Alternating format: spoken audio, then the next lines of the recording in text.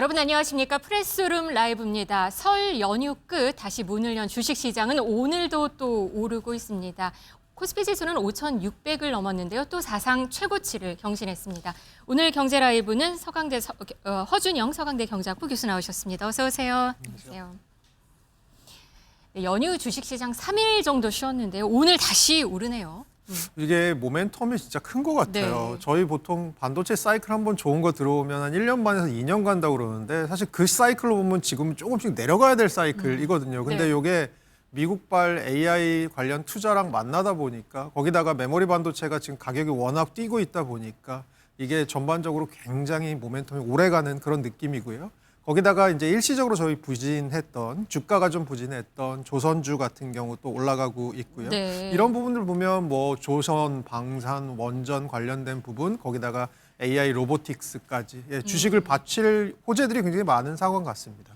이렇게 코스피가 불장이니까 이 세뱃돈들을 혹시 주식 투자해줘야 되는 거 아니냐 이런 고민하시는 분들도 주변에 많더라고요. 더 갈까요? 어떻게 보세요? 그러니까 이 모멘텀이랑 이렇게 생각하시면 좋을 것 같아요. 모멘텀이 좋다는 건 밀어 올라가는 힘이 굉장히 센 거고요. 중간중간에 차익 실현 매물이 한번 나와서 떨어졌다가 다시 올라가고 떨어졌다 다시 올라가고 하니까 단시간에 보시기보다는 좀 중장기적으로 보실 때는 한국 주식에 대한 매력이 살아있다라고 생각하시면 세뱃돈과도 관련이 있을 것 같습니다. 네. 주식시장에는 사실은 명절 효과라는 그런 말이 있습니다. 그러니까 설날 등 긴 연휴가 있으면 바로 직전엔 떨어지고 지나고 나면 다시 오른다. 이런 게 사실 명절 효과인데 저희가 거래소가 조사를 했더니 반반이라고 하더라고요. 사실은. 그러니까, 예, 맞습니다. 설날 가기 전에 뭔가 설날에 악재 같은 게 있어서 그걸 미리 털고 가기 위해서 미리 주식을 팔아놓고 그래서 주식이 좀 설날 전에 떨어졌다가 설날 후에 매수세가 다시 돌아오는 이런 현상이 있으면 설날 끝나고 나면 조금 주가가 뛰는 현상이 체계적으로 있지 않을까 저희가 생각해 볼 수 있는데요. 네. 방금 전에 앵커께서 말씀해 주셨던 것처럼 사실 최근 한 10년간 조사해 보니까 이게 복불복이더라. 5번 정도는 떨어지고 5번 정도는 올라가더라. 그리고 거래일을 뭐 3일에서 5일 좀 늘려봐도 비슷한 효과가 있더라. 그렇게 봤을 땐 설날 효과라는 게 저희가 생각하는 것만큼 우리나라 주식시장에서 강하진 않더라. 뭐 이런 것 같습니다. 네, 국장 지금 이렇게 좋은데요. 서학개미들도 근데 요지부동이라고 합니다.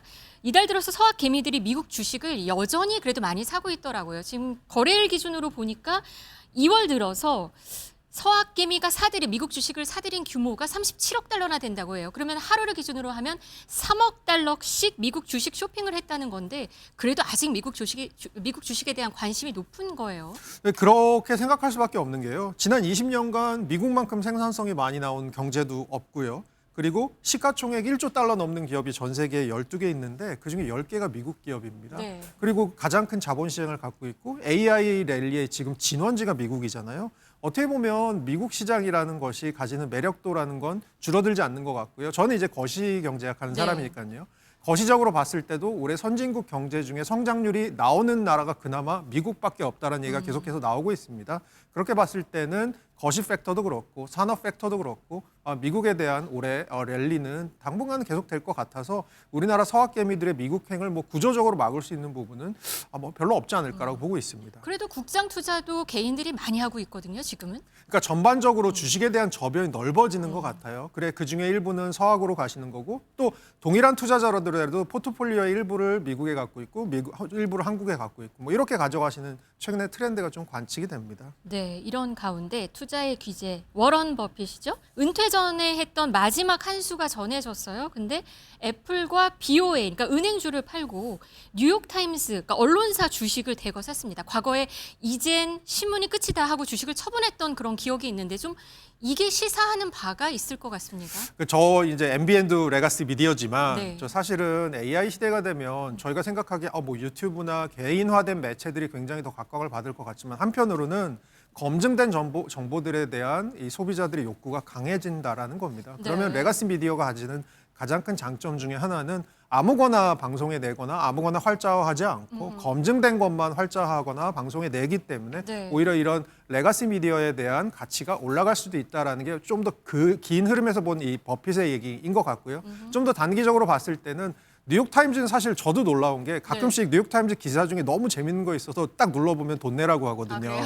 그러니까 뉴욕타임즈의 제주위에는 이 돈 내고 뉴욕타임즈를 보신 분들이 한국에도 굉장히 많으세요. 그만큼 독보적인 위치를 갖고 있는 기업이다라고 봤을 때는 단순히 신문주라기보다는 뉴욕타임즈라고 하는 어떤 굉장히 귀중한 기업의 주가, 주식 같은 것들에 대한 투자 이렇게 바라볼 필요도 좀 더 좁게 봐서는 있을 것 같습니다. 네, 그 워런 버핏이 과거에 하여튼 신문에 대한 관심은 굉장히 높았던 것 같아요. 주식을 대거 팔고 지금 다시 사긴 했지만. 네, 2020년까지도 이때 이제 신문은 다 끝이야 이러면서 어, 신문 주식을 네. 팔았지만 그 전에는 그만큼 로컬 신문이라도 지역 신문까지도 해서 굉장히 다량의 주식들을 갖고 있었던 걸로 알려져 있습니다. 그렇게 봤을 때는 신문이라고 하는 매체에 대한 매력도에 대해서 한동안 관심이 끊어졌지만 이 은퇴 바로 전에는 결국은 또 남는 것이 이것이 아닐까라는 부분에서 방점을 찍어준 거.